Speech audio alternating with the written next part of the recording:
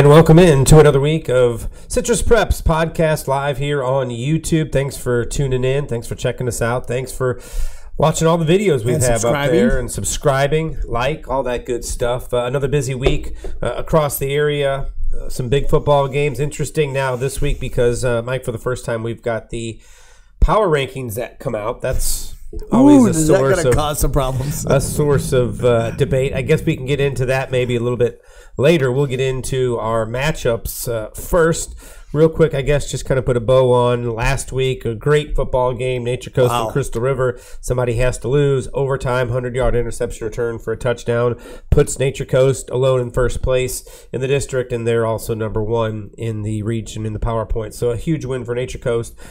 And I think it shows where Crystal River is in terms of quality of play for this year. They're right up there. Yeah, I mean, you had to give the kudos to Coach Cliff Lowry and the Pirates, bringing it all the way down. I mean, overtime, and they wanted to pass the ball at the end. That was what they wanted to do, but they could not do it. They haven't done it all year that well, so I don't know why they wanted to try to do it. But hey, they the gave it a third shot. long trying to do something right, and it just got a field goal kicker. They could have fit one in there, but hey. Hindsight's 20/20, and then you know what? That was a part of the game. And one of the things that I loved about that was the Crystal River Pirate team after the game. And you talked to a few of them, and they said, we played with them. We were there. Just one play. It's just one play. And you never know when you get a chance for round number 2, as it stands at this particular moment. That's who they would play if the playoffs started today. But still, a lot of time to go. So the challenge, obviously, for Cliff Lowry and crew this week is to go down to Hernando to take on a Leopard team who was, I think, surprised. Yeah. And maybe not ready. I don't know. But give Citrus full credit. Great defensive effort. Only allows 6 points to a Hernando team that is just absolutely running up and down the field with Israel Fields and David Hale Bronson. They get the job done. Citrus now right back in the race. And now Hernando's got to take on Crystal River in what, in a lot of ways, might be a playoff elimination game. The loser of this one all of a sudden has 2 district losses, and it becomes perhaps a difficult hill to climb. A year ago, the 2 teams that got in to the playoffs only had 1 district loss. So, you look back at that. So this becomes a big game. It does. And kudos to Coach Nate Vonador and his Citrus Hurricanes, because we talked about it, the week before in the podcast, is that defensively they had to hold the Hernando Leopards down, and they did. They did exactly what they had to do, and to keep that, a low-scoring game and to come up on top. And that's going to be where the Hernando Leopards and them coming in playing Crystal River, that's going to be whether or not they're going to be ready and up for it. Are they going to be depressed? Are they going to be mad and angry and come out firing on all cylinders? Who knows? But that's what Crystal River's got to face. Yeah, and there's the PowerPoints. A lot of people don't understand why Hernando is ranked below Lecanto. We'll get to that in a little bit. Part of that could be the schedule for Hernando wasn't that great, and maybe part of that is why when they went up against a good Citrus team, they did not put up the numbers. And we'll see if that carries over again this week against Crystal River. We talked to Crystal River head coach Cliff Lowry and a couple players as they got ready for this week and tried to put the loss from Nature Coast behind them. I try to preach to our kids, so I'm gonna preach it to myself as a coach. Is we can't worry about the big picture, as far as this scenario and that scenario. Our only goal is to go 1-0 next week against a good, outstanding Hernando High School football team. That's our only goal, is to go 1-0. We let all the other things sort it out and control what we can control. Yeah. Hernando's really, really well. They play good football, decent, defensively sound, and so are we. But we got to come out there and be strong. Tonight we were very, very strong. Just got to have another performance like that again. I feel like we'll be ready to go next week. You just got to overcome adversity, be better, practice hard, get ready for Hernando. Got a good running back. Just got to prepare for the best, just like always. And there's the matchup this week: Crystal River at Hernando. 4-1, 1-1 for both teams. And as I said, Mike, I would think elimination game. Yeah, I really do. It would take. I mean, obviously, there's still a chance that there could be a couple of teams tied for the district championship with 2 losses. But I think if you're talking about getting one of those 4 wild card berths, 2 losses in district is tough. But you never know. The winner certainly feels pretty good moving forward. I think also if you're Crystal River, you would have already had a victory over Citrus. You're finished playing Nature Coast. and Hernando. I'm not saying the schedule is easy, but you would feel like your road to the playoffs is right in front of you. Yeah, the coaches are not going to say this. The Lowry's not going to say this to his Pirates. We're saying it because it's right up front in everybody's face, and so it is an elimination game, and that's going to be a tough road to hoe for anybody that loses. For Chris River or Hernando, that's going to be 2 losses, like you said, and that's going to be just difficult to climb out of. It's going to be interesting to see going forward who does win, if they can continue that and continue winning through the district, because they still have a couple more district games going. Yeah. So it's going to be a matter of that, can they continue to win, because anything can happen, but it's really going to be tough for the loser of this game to come out on top on the district. I think we saw it the last couple of weeks with Crystal River, the game against Citrus, the game against Nature Coast. They've got to get something going in the passing attack a little bit downfield. Yeah. One way or the other. They don't have to toss the ball around 25 times. They've got to complete a handful of passes, 5-10 yards down the field at some point, I think, to loosen up some defenses. This will be an interesting battle because both teams like to run the football. We'll see which team can be the most patient. As we said, it's a huge game with playoff implications. Another big game this week is Weeki Wachee at Citrus. Citrus coming off that big win over Hernando. First win of the season. A lot of enthusiasm now moving forward. They're 1-1 in the district, and they feel like they're right back in things. Weeki Wachee had a big win over their rivals from Brooksville Central. As we'll hear from Nate Varnador, they've got a quarterback who is lighting it up. Coach Varnador has told me now for, it's 5 weeks, just kind of as we talk about the district and teams, he said, just trust me, Weeki Wachee is going to beat somebody they're not supposed to. I don't think beating Central last week qualifies as that. So this might be, and I think this is why Coach Varnador said his kids are paying attention. Yeah, exactly. This is not the winless Weeki Wachee team from a couple of years ago. This is a much improved team. Yeah, the quarterback play from the Weeki Wachee team is very good. They got some good wide receivers on that end. But, Citrus has got to do exactly what they did before. They're defensive first, and then try to maintain possession, keep the ball out of the hands of that player, and then make sure that they can put some points on the board. That's the 3 keys. Defensively they got to hold them down, and offensively they got to put at least a touchdown or 2 on there to make sure that they keep them in check.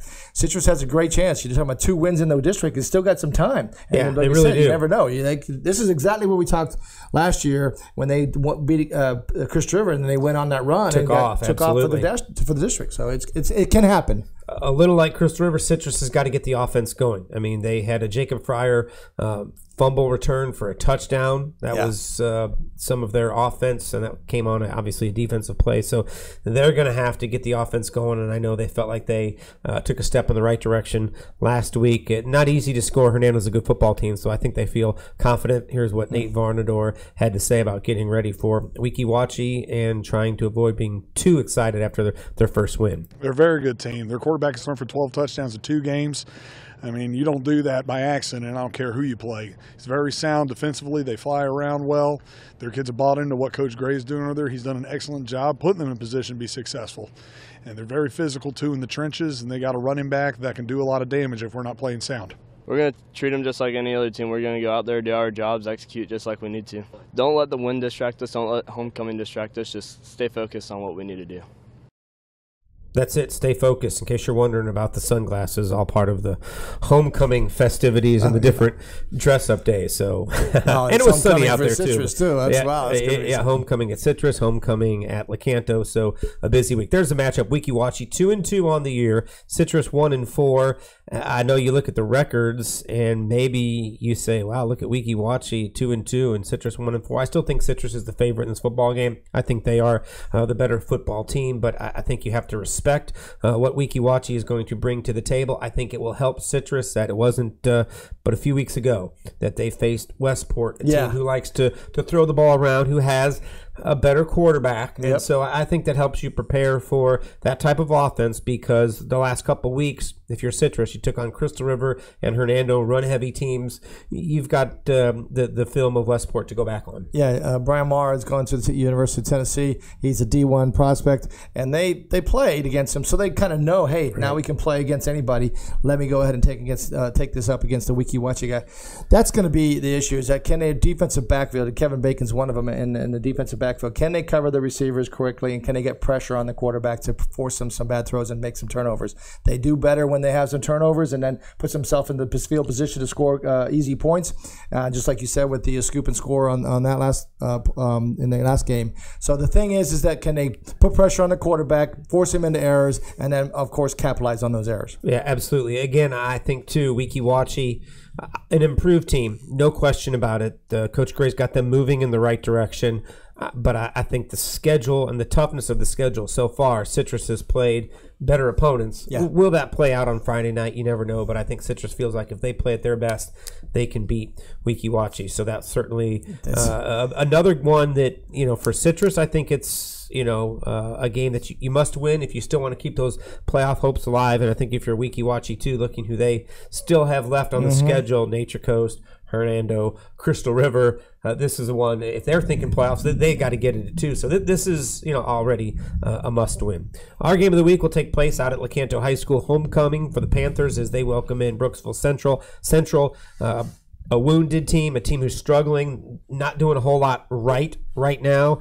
And I think in talking to the Lecanto players and the coaches, they feel like, okay, this is where we break out. This is where we have our best game of the season. This is where we can put some points on the board. This is where we can dominate the line of scrimmage and win a football game. And, same sort of thing with the loss already. This is one you have to win. Brooksville Central, more than likely to me, is going to finish at the bottom of the district standings. So a game for Lecanto, a must win. And it's the same thing we've been saying, harping on the last two games, is that defense will win it. And Lecanto's defense is pretty good. They've proven that they've played in some of the games. Offensively, they have some things they have to work on. They don't have the explosive playmakers they used to have. They got a couple things they can work on the offensive interior line. So those are the things they got to work on. If they can hold down Central to no scores, I think they definitely have a great chance of winning. And a homecoming, just like Citrus, sometimes that's a distraction. And I know coaches hate it because it's one of those things that everybody's trying to do something else at night instead of practicing. So it does tend to take them away from it. But again, Lecanto's pretty good at home, and I think Coach Greg Harper will have those guys ready. Yeah, big game for them. And here is Coach Harper talking about the job of taking on Brooksville Central. We got to get our head on right, and like you said, back to district play, and this is a game where we should be very competitive. So we're looking forward to it. I think our kids understand that we've made a lot of mistakes in the last couple of weeks, and even though last week against the Villages wasn't what we wanted, it was still a step in the right direction. So, if we just keep working hard and keep fixing our errors, we can end up in the right spot. We're 0-1 in district play. The score doesn't really matter of a Hernando game. We put that past us, and we're on to Central. We feel like we got some good matchups that we can exploit, and we feel like we're just a better team overall, and we can really take advantage of what we've seen on film, and we can put some points on the board and hopefully have a shutout. They're a pretty good team, they have some good players, but like for us, I feel like we are evenly matched or even better than them, and like if we play how we usually play to our full potential, this should be a good game for us, and we should come out with the win. The confidence from Lecanto, I think they firmly believe it. That was, a tough couple of weeks offensively for them. A good Villages team that they lost to last week, who, talk about the power rankings, is up there in Class 4A. So there's a reason why they beat them. They're a really good football team. Yeah. So, obviously, if you are Lecanto, you've got to make sure you're ready for this one. You're prepared. The offense is going to have to come through with some points. The defense is going to have to play sound. And I think you've got a Brooksville Central team, Mike, to me, that is probably lacking in confidence. And the quicker you can take any confidence away, jump on them early, get a score early, especially if you're Lecanto. You score early, you start to feel good about yourself.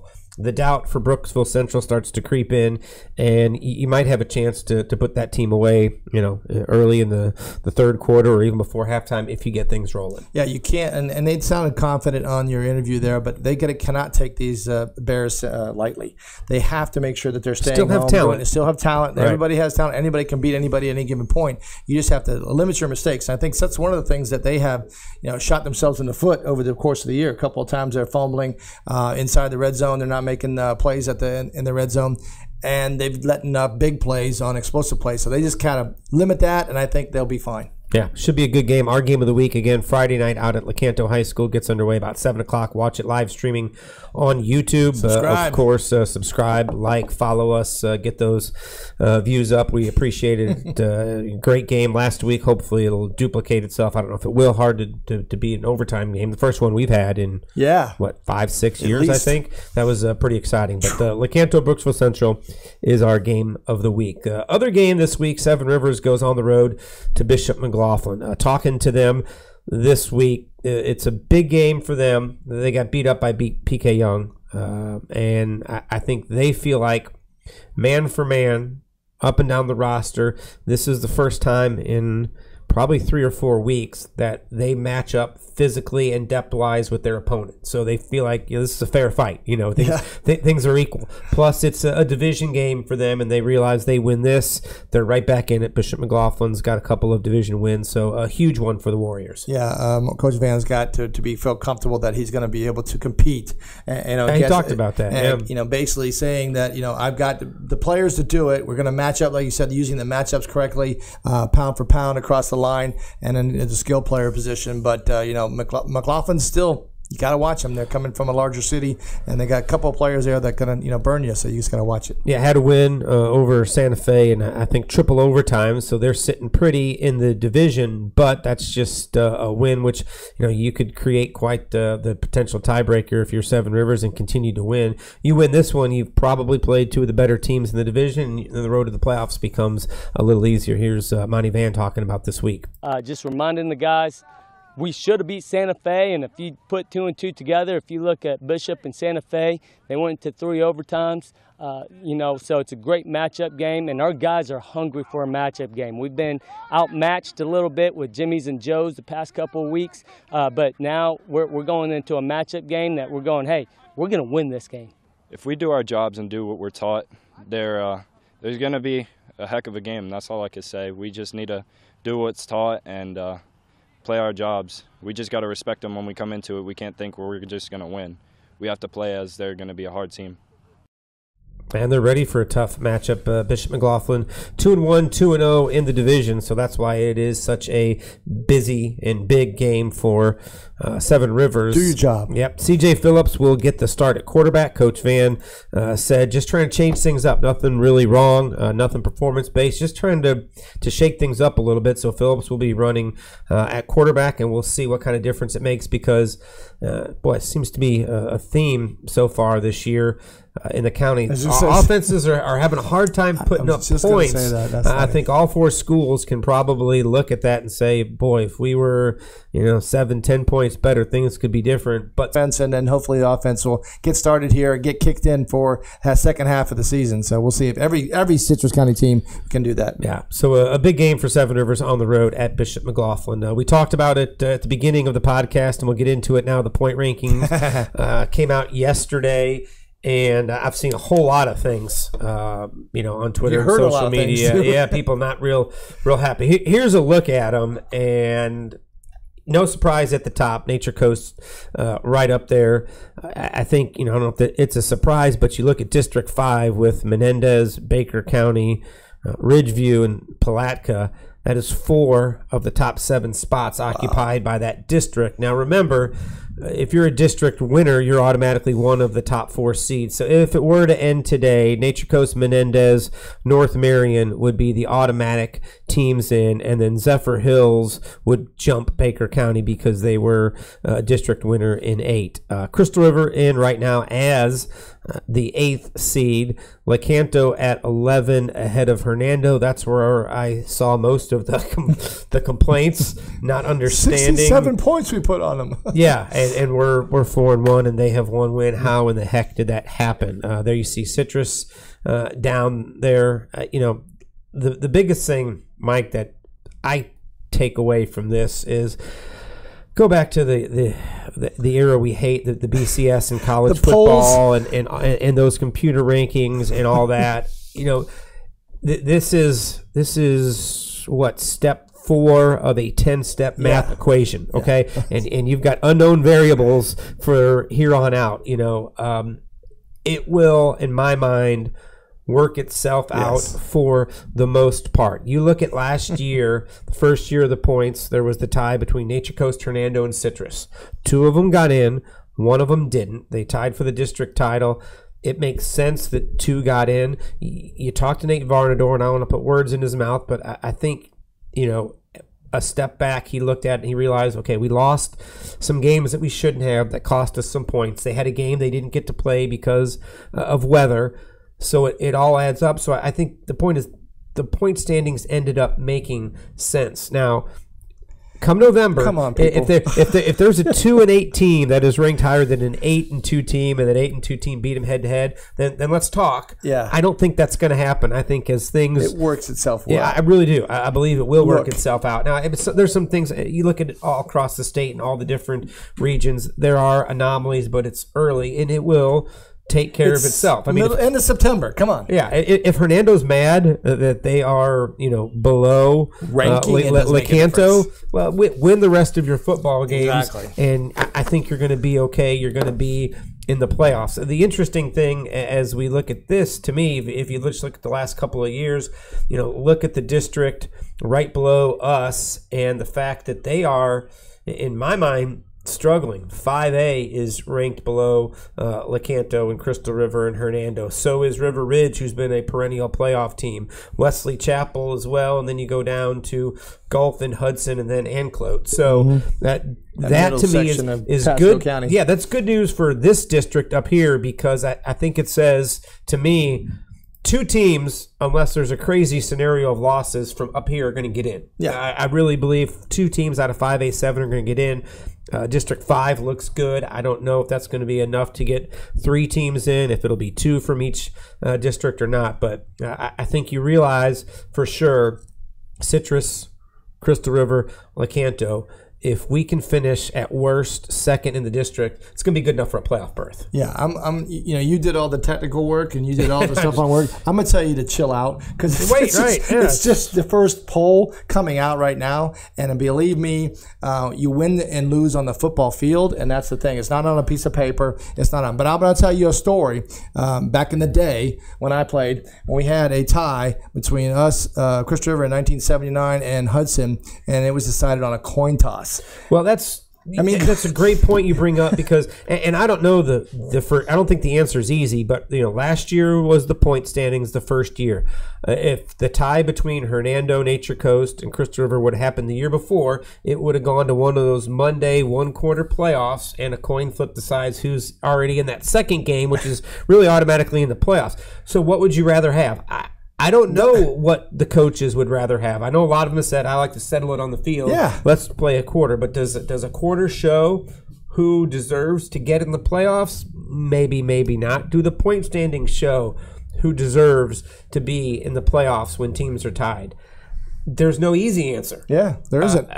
But this is the system that's in place, and like I said, I don't think the arguments over, Hernando, Lecanto being, Hernando lower than Lecanto, and everything works why is out. Weeki Wachee below, Lecanto and Hernando, it doesn't make any sense. It will work itself out. The points will eventually make sense, I think. Now, doesn't mean there's going to be some team somewhere that feels like they got the short end of the stick. And I know last year Citrus in some ways did, but I think if you ask them, looking back, they understand why the points worked out the way they did. Part of it was a game they didn't get to play, so we'll just have to see. It's interesting. It's fun to talk about.